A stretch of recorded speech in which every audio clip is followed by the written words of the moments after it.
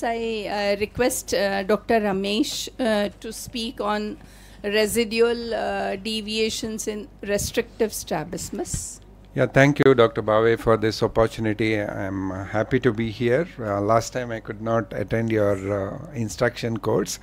There was an emergency. Yeah, this is residual deviation. Again, it's like, there are no rules. It always depends upon case-to-case basis what you are trying to deal with that particular case. Because I cannot put, even if you send pictures, I can't send, okay, this is the only treatment it will work. Because you have to do intraoperative examination, case, and conjunctiva, everything. So the restriction of muscle to release that, I think you'll have to go something you need to really plan. These are my disclosures for not relevant to this presentation.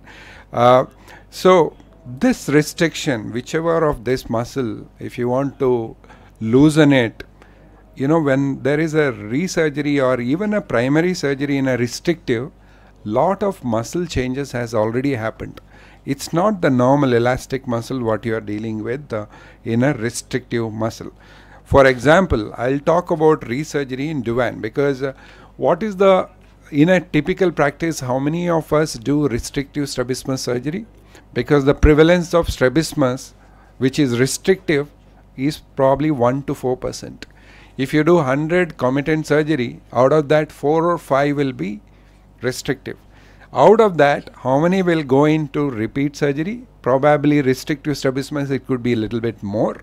But finally, when your number of surgeries will be very minimal. So in Duane syndrome, already there are 2 types of Duane, ET and XT. So residual, consecutive ET, residual ET, consecutive XT, new deviation can happen. And also something related to overshoot and retraction can happen. First, let us see what are the contributing factors. Why am I showing this contributing factors is, even in the primary surgery, you need to look into measurement errors. Especially in Duane, there is a doubt. Do I really deal with primary deviation or a secondary deviation? That's the first question. And am I selecting a wrong procedure for that particular patient?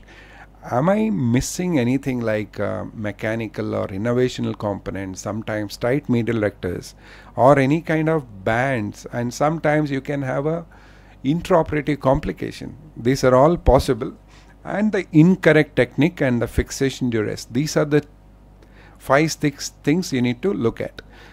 It's a Duane syndrome patient. You can see XT with the top picture and the down picture.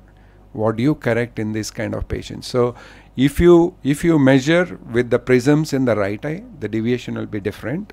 If you measure with the lower one, I always go for whatever lesser angle, because if you really do, because that's the primary gaze all the time, the patient will be having it. So that's what I really look into. And these muscle bands can also lead to, whenever there is an indentation, you can see that this can lead to, it's not that all foot plates leads to residual deviation. You don't have to adjust anything if you see just a foot plate. But if you see really a band in Duane syndrome, probably you might have to adjust. If you are planning 5 of medial rectus recession, probably you need to keep it at 4 because it can change. Residual esotropia, one of the most important thing is greater esotropia in primary position and greater restriction to abduction on intraoperative FDT.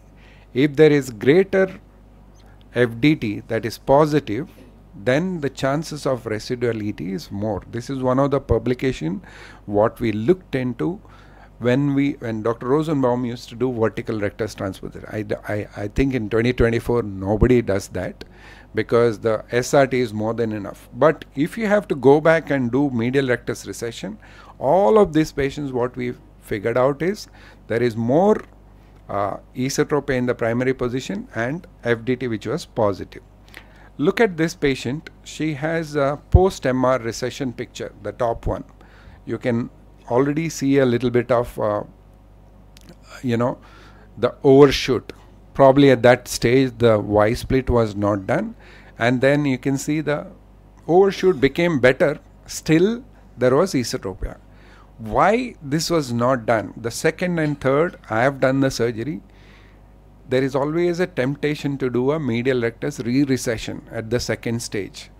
In Duane, I have burned my finger. If you do a more medial rectus recession, whatever you do, advancement, anything, they will not come back to the position. So you have to be extremely, even if I have to give one more GA for this patient, I am okay.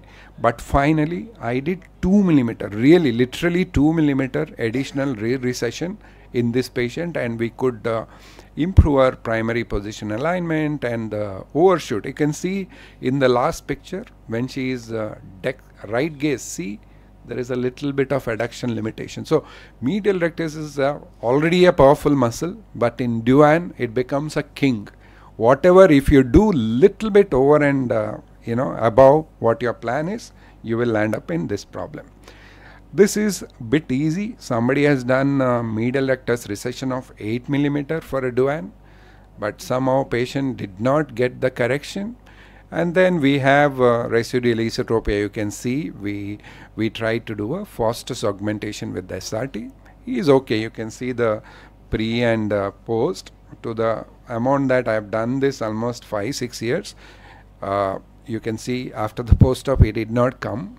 If they don't come means it's always a good news, I presume.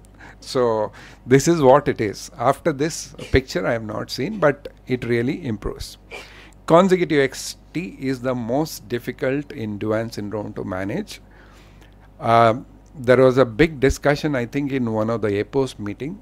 Medial rectus, whatever you do, advancement, it does not help. It's the laterals you need to touch because the co-contractions. In a typical esotropia, if there is adduction limitation, you try to advance. But in Duane, we have to go into the lateral rectus. So this patient, 3.5, very small. With the SRT, you can see he has developed consecutive exotropia there. And there are few things to look into. What is the previous surgery? What was done? Depending upon that, this is a guideline. It's not that it's a perfect. Probably this is what you need to follow. Mainly here the deciding factor is force duction test. This is one of the article from my friends Federico and Stacy. It's very good article, and this is what you see. Finally, we had to do a lateral rectus of 10 in one eye and 8 in the other eye to get the alignment. Still, he is a little bit on the exotropia. I don't touch this medial rectus because you can see the adduction is quite good there.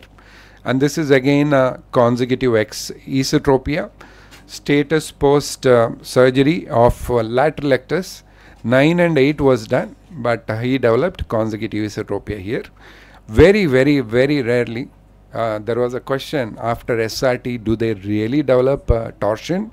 Yes, this article tells, this is one of the case report, but it's an important, it's not in English, but this patient developed hypertropia and torsion. They had to remove this superior rectus transposition sutures, and also they had to put it back to get the thing. So in summary, this is the summary for Duane syndrome. Just one disease I touched. What is important is what we can do. I have just put what is possible in each of the scenario, but how much to do I haven't put it because you need some more correction and some more measurements to really put it. I just wanted to show probably one more case. Is the time over or I still have 2 minutes? Okay.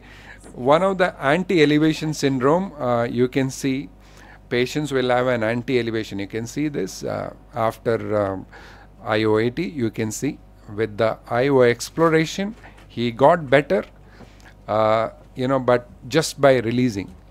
I have to say that we have to do in majority of the patients inferior rectus recession also.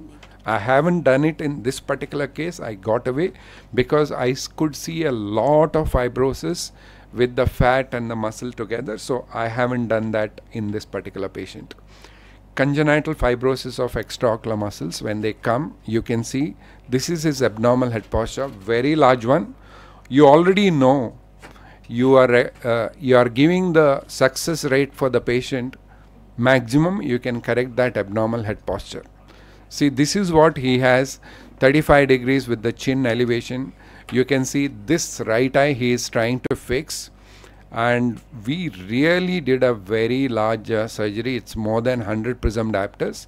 This is the 10 post-operative day picture with the bilateral inferior rectus recession, with the lateral rectus periosteal fixation, with medial rectus resection. Somebody can ask, how could you do 3 muscles? I usually do it in young patients without any kind of vascular risk factors. I try to do. And you can see he developed this lower lid retraction. And 1 month post-op picture, you can see still 100 to 45, it's not bad, because reduced by more than 50%, I would say. And later on, we had to do this left eye periosteal fixation and resection. We had to even do the superior oblique muscle with the nasal transposition. We got him not bad with the second surgery. He was okay. This is what we could get him. I can still do something for the left eye in terms of medial rectus fixation. I am really scared about cheese wiring in these kind of patients. So I just left it because we could correct his. And the last thing I wanted to touch on is the thyroid, again a restrictive pathology. First of all, I have an option of left eye inferior rectus recession and right eye superior rectus recession. I did not do that at the first thing, and he developed some residual, and then we had to do the left superior rectus recession. Because of the very large hypertropia, I had done extremely large inferior rectus recession. That's why you see this lower lid retraction. Whatever you cut, they still develop. So I had to ask our oculoplastic colleagues to do it. Lid retractor lysis. This is a simple one, Brown syndrome after tenotomy going into superior oblique palsy. Probably in 2024, I will say I hardly do any kind of tenotomy unless it's very severe FDT positive or traction test positive. You can avoid this, but likewise acquired Brown also can happen in after tucking for superior oblique. It can lead to a superior oblique palsy. So evaluate, re-evaluate and measure. Check duction, because for me most of this resurgeries in restrictive strabismus is duction based. After your measurement, it's usually I measure the duction just before doing anything based on that, and optimal or suboptimal depends what case you are dealing. Most of the times I would say it's still suboptimal. You can't give a perfect correction. I invite you all to attend this 5th World Congress in KL, and I hope to see most of you there. And abstract submission, we still have 3 days to go. Thank you very much. Thanks, Dr. Ramesh. That was a wonderful talk and a difficult subject too.